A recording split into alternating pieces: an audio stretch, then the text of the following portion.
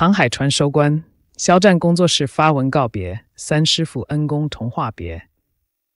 沧海传圆满收官剧集自播出以来，无论是服化道还是剧情，都引起了广泛关注。肖战工作室在发布收官图时写道：暮鼓收局，星子落盘，沧海肖战踏痕寻新城，沧海传黄金强档今晚收官，并紧接着发布了另一篇感慨颇深的文字：棋落中盘，尘嚣落定，纵横见真章。同时晒出13张剧照，涵盖了沧海与高明师傅共进晚餐、受刑、濒临死亡时见到母亲，以及接受皇帝圣旨等关键时刻。这些生动的片段展示了沧海一路走来的每一阶段。肖战工作室可谓心思细腻，用镜头定格了那些感人瞬间。晚间时分，工作室又发布了一段视频，回顾了肖战在片场的日常生活，细腻展示了他打响指、玩小白鸽、做拉伸运动、研究棋艺、默背台词等碎片化的空闲时光。视频中的他羞涩地笑着，表现得温柔而从容，展现了一个全然不拘的肖战。11点时，肖战工作室再次更新文案，回看所立图，一步一深痕。这一句带有回忆色彩的文字，不禁让人想起他在剧中演绎的艰辛与成长。与此同时，剧中沧海的3位师傅与恩公纷纷表达了告别之情。高明师傅的扮演者梁超发文道：赤奴，大骗子最真心的话就是希望你能幸福的活着，送君千里终须一别，先走一步了，小骗子。高明师傅无疑是沧海最为亲近的师傅之一，带着深情送别徒弟的同时，他与肖战戏外也建立了深厚的友谊，两人默契十足。梁超用手捏了捏肖战的脸，背过身挥手道别，两人戏里戏外的情感交织，深深打动了观众。张某饰演的星斗师傅同样留给观众深刻印象，他的告别话语中充满严肃但关切的情感。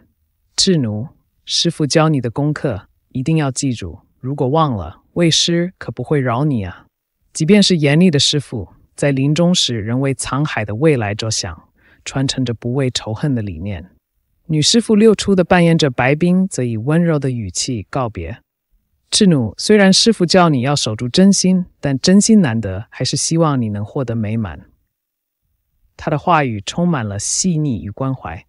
祝福沧海能够获得幸福，尽管这一切充满了不确定。赵炳文扮演者田小杰则在剧中走过恩怨情仇，最终他与沧海成了生死敌人。他的告别话语并未充满忏悔，而是显得更加冷漠与无情。有的面具一旦戴上，就再也摘不下去了。他的告别像是对沧海曾经的恩情的漠视，也映射出他最终被阴兵幻觉所杀的命运。剧中其他演员如张婧仪、邢明山、楚怀民、沙宝亮、杨真等也纷纷通过社交媒体发表感言。邢明山感慨道：子落有声，风定云开，感恩同行。他作为曹公公一角的精彩演绎，使昆曲再次迎来了关注。而楚怀民、沙宝亮与杨真更是通过出道团体的演唱会与观众互动，展现了更为丰富的才华。剧中的乔振宇虽然在剧中出场不多，但饰演的永荣王爷依旧给人留下深刻印象。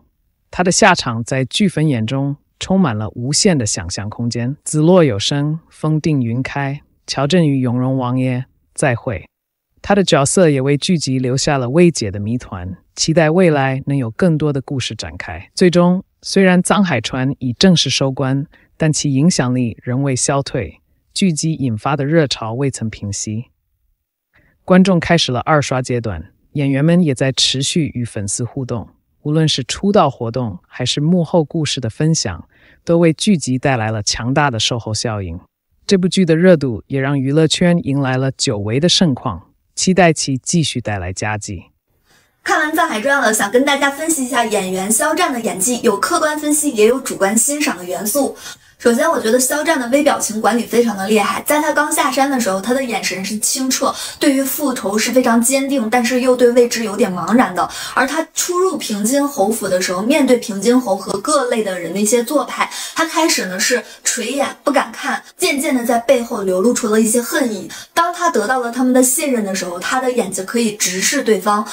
而藏海在向平津侯摊牌的时候，他的表情就是我不装了，我微微垂眼看你，有一种看垃圾的感觉，一切尽在掌握。这种表情还出现在了最后，在对峙赵炳文的时候玩心理战术，他的内核是非常稳的，内心又是非常坚定的，所以他是那种直面走过去，即使赵炳文看到的一切是幻觉，但是那一刻藏海的戏太真了，赵炳文就会把他认为是真的。但是藏海在看自己最爱的人们的时候，他的眼神是不一样的。比如说那个最后的大团圆的饭桌，藏海在小心翼翼地记录着大家的表情，记录的那一刹那的瞬间，很愿意把它珍藏在心里，而且有一种小小的不配得感，生怕这一刻就那么失去了，所以他每次都在用力的去看着那些人，然后微微的腼腆的笑着。而藏海在看香案图的时候呢，是完全不一样的。最开始暧昧拉扯期是偷瞄，不好意思，然后到最后来的时候变成正式，变成宠溺，变成了一种坚定的感觉。再来说一下肖战在《藏海传》中关于他的肢体动作的表现力以及情绪的感染力，你有没有发现他能够控制自己的汗？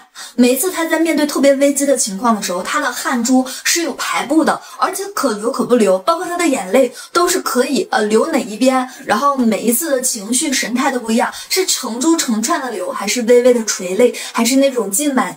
眼眶的感觉，都是不一样的表现。而且他每一次会用这种擦汗的动作去表现出自己的紧张，实际上他在面对那些特别危险的时刻或帝王的时候，内心真正未必紧张，只是为了让对方放松警惕。有了这样的一个微小的动作之后，对方就会觉得他是一个很怕很弱小的人。还有一种可能就是他每次在危险过去的时候，有一点后怕的感觉，也会微微的去擦他的汗，而且别人在捏住他的这种下巴的时候，他会这样突然甩一下，就是那种我不屑，你别碰我那种感觉。每一次脱离的风险，包括肩膀啊、那个脖子呀，都是有一些变化的。包括他的小灯笼被砍断了，他会表现出很害怕的样子。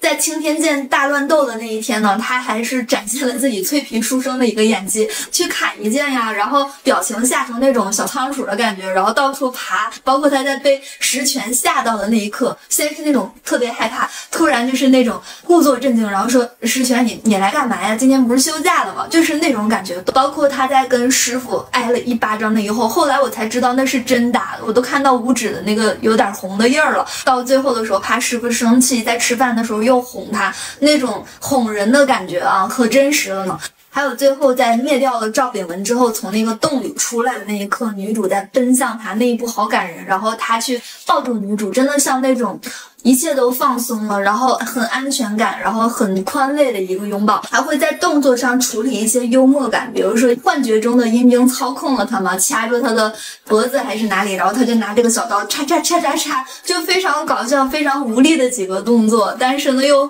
好像很努力的在反抗着。因为他没有靠什么太多的人帮助，他是真的完全靠自己的脑子，靠自己的情绪，以及靠自己的一份这个三观比较正的状态去做了很多的事情。到最后的时候，他也是靠自己打败了第三个仇人，为自己的父母复仇。我觉得肖战还是把藏海塑造的比较立体的，虽然说他没有打戏啊，但是他的肢体表现力真的很棒，就是能够给我们看到一个非常立体的藏海，让他感觉像一个真实的人一样。我真是服了那有些人了，那《藏海传》你是咋着都不对是不是啊？刚开播呢说是肖战演技不行，中间又说太复杂我看不懂，结尾了又说烂尾没有交代完，无语，我真的太无语了。